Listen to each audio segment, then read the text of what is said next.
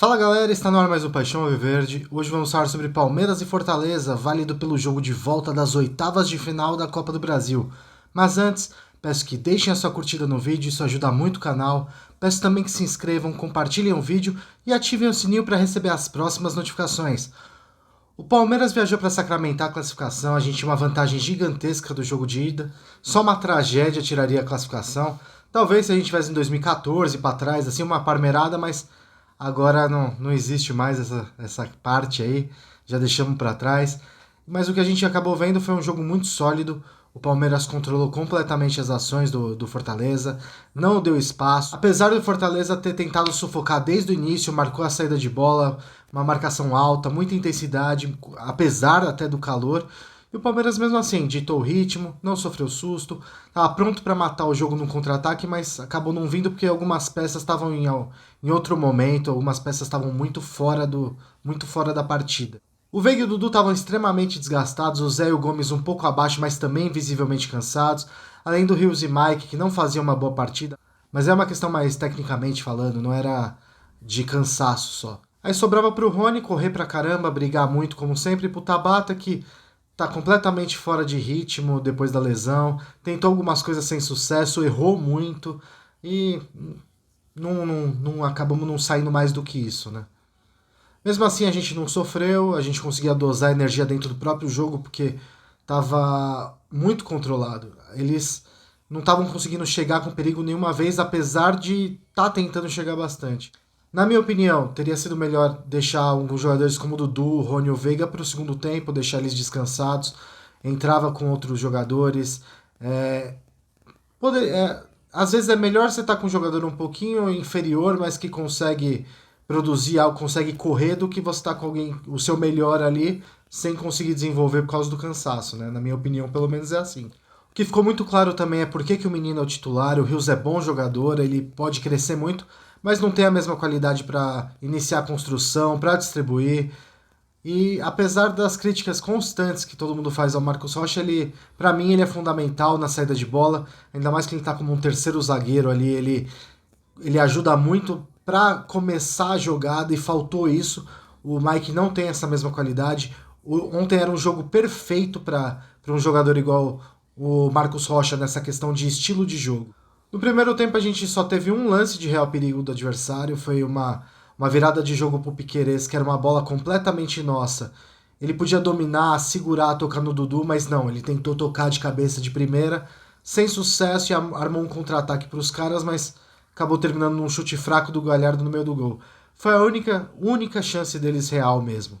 E a gente também teve uma polêmica, mas dessa vez envolvendo o Sávio, né? Ele estava economizando nos cartões amarelos, ainda mais pro tal do Titi ali, que toda hora pegava o Rony fora da disputa. E o Rony, após ser jogado no chão com a mão, o cara botou a mão no peito dele e jogou ele pro chão. Ele levantou, correu atrás, deu o tranco ali, ombro no peito, foi falta, mas na hora ele já nem pestanejou e já amarelou o Rony. Nessa hora o Vojvoda e um auxiliar dele, dois auxiliares aliás, saíram da área técnica, foram correndo na direção do quarto árbitro e o Abel deu dois passos à frente, com as mãos para trás e questionou o lance. Aí adivinha quem tomou amarelo? O Abel e o Vitor Castanheira. O Infos Palestra ele postou o vídeo agora, ele fez uma apuração muito legal. Ele postou o vídeo que mostra exatamente esse momento. E, cara, é absurda a diferença na forma de tratar o Abel e outros. Ah, ele tá marcado, ah, ele tem fama. Mas, cara, tem que tratar igual. É a mesma coisa. Depois desse lance aí que o Rony reclamou muito do amarelo, o cara parou de marcar falta nele. Então é complicado quando tem essa. Quando o juiz é tendencioso. Ele fica com birrinha de jogador. E essa família é birrenta, a gente conhece, a gente sabe do que eles são capazes, né? Mas o mais curioso é que a partir desse momento a transmissão começou a comentar apenas do cartão amarelo pro Abel. Inclusive o Villani pediu a relação de jogos e cartões do técnico. Nunca vi ele fazer isso com ninguém, né?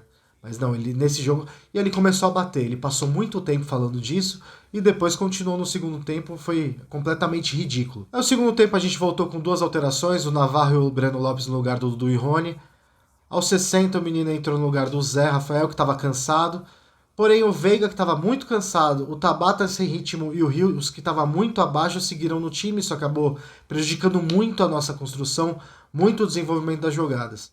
Aí tudo bem, aos 73 o Veiga em uma oportunidade ali, ele dominou a bola espetacularmente, um balão ali, invadindo a área, mas aí ele hesitou.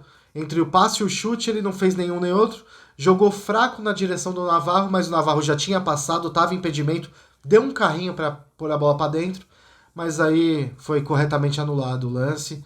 E ele poderia muito bem ter, do jeito que ele faz normalmente, entrava e fuzilava o goleiro, ou de direita ou de esquerda, ele estava de frente ali, ele estava um pouquinho para a direção do bico da pequena área, mas o gol inteiro para ele, então ele poderia ter sido fominha. Aliás, eu acho que ele foi, mas ele errou, né? No lance seguinte, a zaga não acompanhou um chute despretensioso do Galhardo cruzado.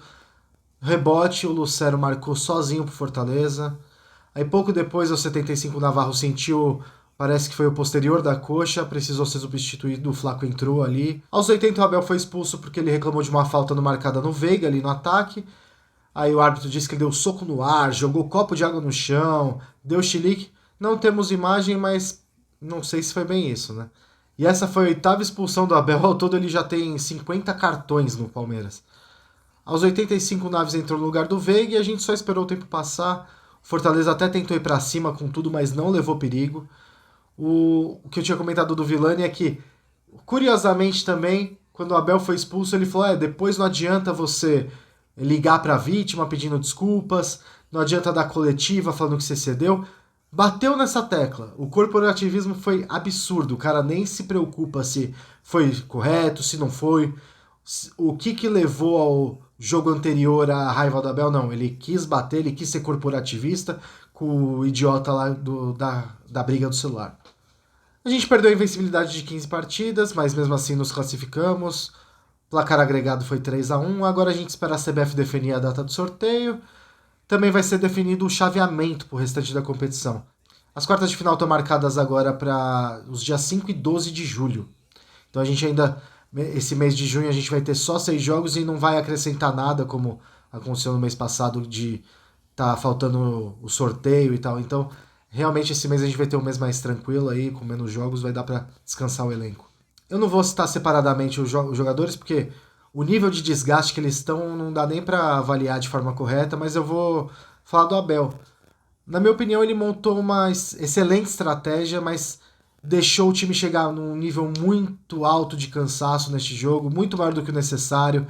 Poderia ter colocado a nossa classificação a perder, porque o time estava desgastado, estava muito calor e o Fortaleza é um time forte, muito bem treinado. Aí como que eu vou reclamar que o time levou um gol quando o Gomes está morto? Ou vou falar do problema de criação, ou falta de criatividade, se o Dudu e o Veiga estão claramente no limite. Ou mesmo vou falar que os volantes estão chegando atrasados nos lances, que eles estão fazendo falta idiota, que eles não estão ligando tão bem o ataque, mas o menino tinha feito tantos jogos na sequência, o Zé arrastando a perna. Então, assim, eu teria escalado diferente. Assim como eu teria substituído de forma diferente também, mas em contrapartida foi a 10ª derrota do Palmeiras em 110 jogos. Foi a 10ª derrota em 550 dias. Foi apenas a 37ª derrota do Abel em 214 jogos pelo Palmeiras. Isso levando em conta aquela sequência duríssima da pandemia, que a gente chegou a escalar time 100% reserva para segurar fôlego, jogo a cada 2 dias, jogo entre mata-mata. Se a gente ainda pensar no contexto de alguma dessas derrotas, dá para falar até que elas foram programadas, sei lá, até irrelevantes.